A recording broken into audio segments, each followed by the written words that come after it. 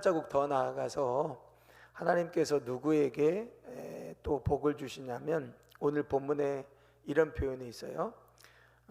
물건을 시장에다가 갖다 팔지 않는 사람에게는 저주를 받을 것이다.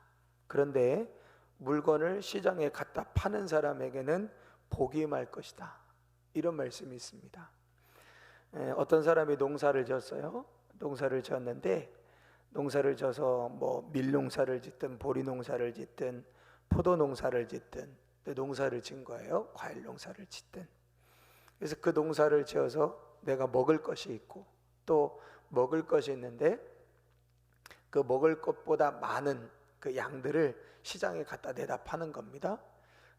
옛날에는 시장에 갖다 내다 파는 것이 주로 물물 교환을 위해서잖아요. 내가 필요한 것을 갖다 팔면 상대방이 또 자기가 필요한 것을 사고 또 자기에게 남는 것을 서로 교환하는 이런 일들이 일어났잖아요.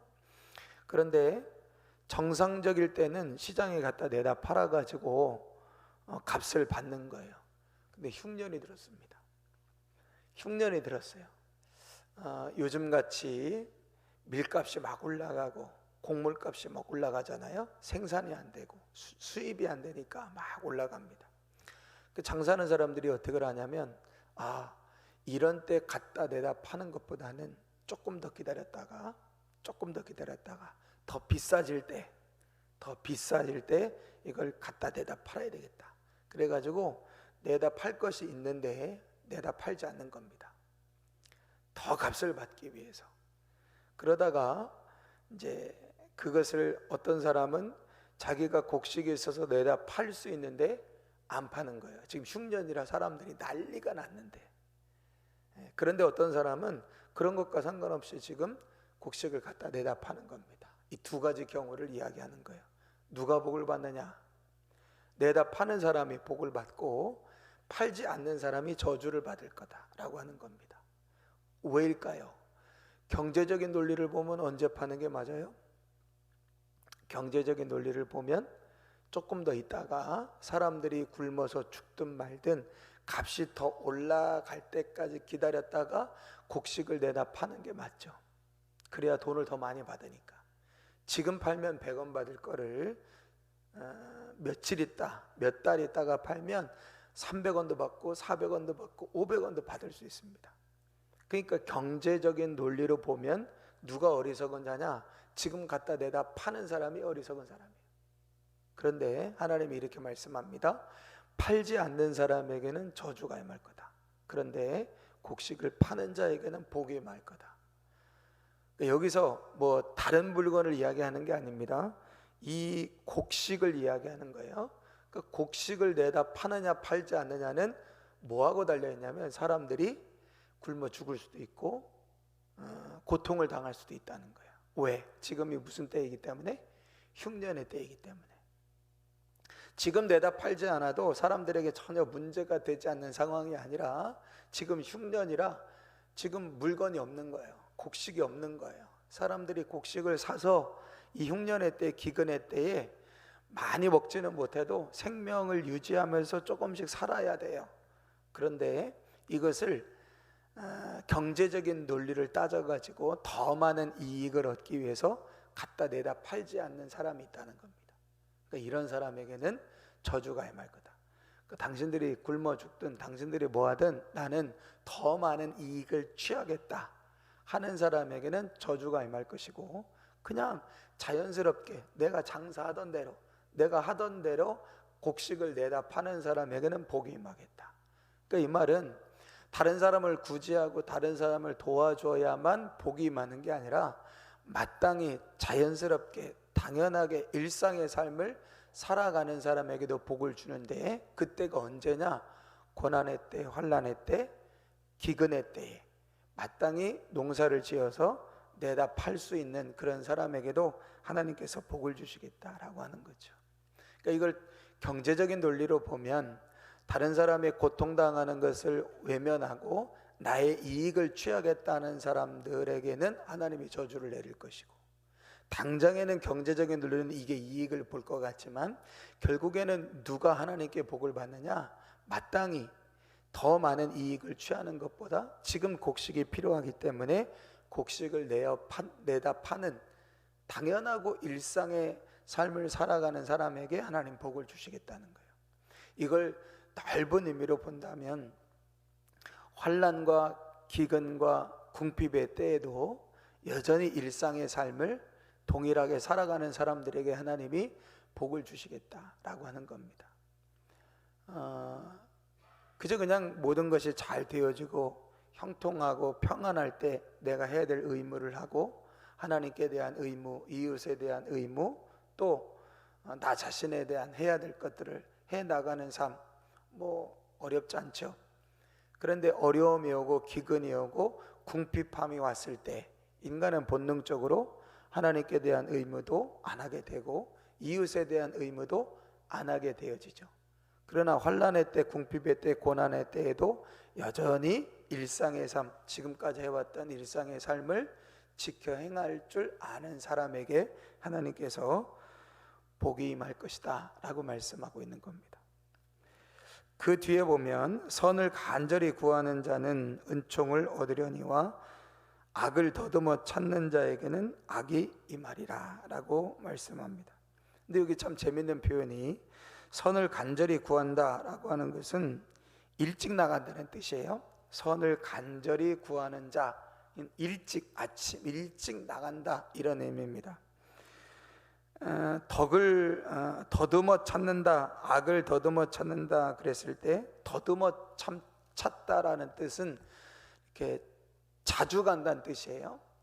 그러니까 한 사람은 선을 찾는데 아침 일찍 찾아요. 이 사람은 악을 찾는데 더듬어 찾는다는 게 악을 찾는데 자주 찾아요. 아침 일찍 찾는 것과 자주 찾는 것과 어떤 것이 더 나은 걸까요? 똑같아요. 그러니까 아침 일찍 찾는 사람이나 자주 가서 찾는 사람이나 둘 다 열심히 사는 사람이에요. 열심히. 그러니까 선을 찾는 사람도 지금 열심히 찾는 거예요. 악을 구하는 사람도 열심히 구하는 거예요. 그러니까 둘 다 보면 둘 다 부지런해요. 둘 다 열심히 해요. 둘 다 성실해요. 다만 표현만 달리하는 거예요. 선을 찾는 사람은 아침 일찍 나가서 선을 구하는 거예요. 악을 찾는 사람은 더듬어 찾는다는 게 우리말로는 더듬어 찾는 거지만 자주 찾는 거예요. 찾고 또 찾고 찾고 또 찾고. 그러니까 아침 일찍 나가서 아침부터 저녁까지 찾는 사람과 자주 가서 찾는 사람과 둘 다 열심히 살고 있는 거예요. 열심히 살고 있는 거. 그런데 선을 구하는 자에게는 은혜가 임해요. 은총이 주어져요. 근데 악을 찾는 사람에게는 악이 임한대요. 이 말이 무슨 말입니까? 열심히 사는 것, 최선을 다해 사는 것, 부지런히 사는 것, 그거보다 더 중요한 게 있다는 거예요. 무엇을 위해서 그렇게 하냐는 거예요. 무엇을 위해서 그렇게 하느냐. 그러니까 악을 구하는 사람이나 석을 구하는 사람이나 혹은 재물을 많이 얻기 위해서 이 사람은 아침부터 일해서 저녁 늦게까지 일하는 거예요. 이 사람은 돈을 벌기 위해서 자주 바삐 다니는 거예요. 둘 다 똑같이 부지런하죠. 둘 다 똑같이 성실하죠. 둘 다 똑같이 열심히 삽니다. 근데 가만히 보니까 이 사람이 구하는 건 선이에요. 이 사람이 구하는 건 악이에요. 그럼 이 선악을 무엇을 이야기하는 거겠습니까? 선을 구하는 사람은 재물을 위하여 열심히 아침부터 일하고 열심히 구하는데 무엇을 하기 위해서냐? 구제하기 위해서예요. 구제하기 위해서. 그리고 이 사람은 물질의 가치와 한계를 알아요. 물질이 많은 것을 할 수 있지만 여전히 물질이 할 수 없는 한계가 있다는 것을 아는 사람이에요. 그래서 그 사람의 삶의 뿌리에는 뭐가 있느냐? 여호와를 경외하는 것이 모든 지혜의 근본이라고 하는 뿌리가 있어요. 그 뿌리에서 물질에 대한 한계, 물질에 대한 가치가 나오고, 그리고 공의를 심어요, 덕을 심어요, 겸손을 심어요, 성실을 심어요. 그리고 당연하고 마땅한 일을 해요. 더 많은 경제적 이익을 얻기 위해서 이리저리 상황을 보는 게 아니라 당연하고 마땅한 일을 해요. 그러면서 구제해요. 구제가 필요하면 합니다.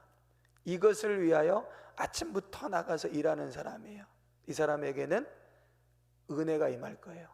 근데 반면에 악을 구하는 겁니다. 보니까 이 사람이 열심히 살아요. 아침부터 부지런히 살아요. 자주 열심히 아주 그냥 바삐 움직이면서 살아요. 돈으로 벌기 위해서. 그런데 이 사람에게는 심는 것이 구제로 심지도 않고 공의로 심지도 않고 덕으로 심지도 않아요. 장사를 하는데 겸손과 정직과 성실로 하지 않아요. 그리고 그 사람의 삶의 뿌리에는 물질의 한계에 대한 가치를 인정하지 않아요. 돈이면 다 될 거라고 하는 생각이 있어요. 그 생각의 뿌리에는 뭐가 있느냐? 여호와를 경외하지 않는 것이 있다는 거예요. 겉으로 볼 때는 둘 다 열심히 살고 겉으로 볼 때는 둘 다 부지런히 찾고 구하고 움직여요. 근데 이 사람의 선을 구해요. 이 사람은 악을 구해요. 그래서 결국에는 이 사람에게는 악이 임할 거예요. 이 사람에게는 은총이 임할 거예요. 그러니까 어떻게 사느냐, 어떻게 부지런히 열심히 최선을 다해서 바쁘게 움직이느냐 중요한 게 아니라 무엇을 위해서 그렇게 하느냐, 이게 더 중요하다는 말씀을 오늘 말씀하고 있는 거죠. 열심히 살고 성실하게 살고 부지런히 사는 것 당연하고 마땅하게 해야죠. 그런데 내가 지금 무엇을 위해서 그걸 하고 있느냐, 무엇을 얻기 위해서 그걸 하고 있느냐. 만약에 우리가 그 물질 자체, 재물 자체를 위해서만 부지런하고 성실하게 열심히 살아가고 있다면 우리는 자칫 잘못하여 악이라고 하는, 어리석음이라고 하는, 미련함이라고 하는 수렁에 빠질 수 있어요. 그러나 이것을 통해서 내가 무엇을 하고자 하는 것이 분명하다면, 그것이 선한 목적이라면 우리는 어리석음과 미련함의 수렁에 빠지지 않고 하나님이 우리에게 주시고자 하는 선한 열매를 거둘 거예요. 그것이 지혜로운 자의 삶에 대한 길이고, 특별히 물질에 대해서 이제 내일까지 한 번 더 이제 쭉 말씀을 11장 마무리하겠지만, 이것이 지혜로운 자의 삶의 일상의 삶의 태도고, 특별히 우리가 살아가면서 돈이라고 하는 것이, 물질이라고 하는 것이 그거로부터 떠나서 살 수 있는 사람이 없잖아요. 그것에 대해서 우리가 바르게 태도를 가지고 살아갈 때 그것이 우리의 삶을 지혜롭게 하는 아주 중요한 삶의 태도다라고 하는 것을 우리가 이 아침에 다시 한번 기억하시면서, 곡식을 팔지 않는 자, 곡식을 내다 파는 자, 악을 구하는 자, 선을 구하는 자, 그 삶의 결과가 달라질 것이다. 그것은 당장의 이익의 목적을 두느냐, 아니면 그것을 통하여 선을 이루고자 하는 목적을 가지고 있느냐 하는 것에 따라 달라진다라고 하는 것을 기억하시면서, 오늘도 무엇을 심을 것인가, 오늘도 무엇을 위해서, 어떤 목적을 위해서 우리가 일상의 삶을 살아갈 것인가 하는 것을 다시 한번 또 기억하고 정리하고, 또 오늘도 하나님의 은혜를 구하시면서 살아갈 수 있는 일상이 되어지기를 기도하실 수 있는 저와 여러분들이 되시기를 바랍니다. 하나님 감사합니다.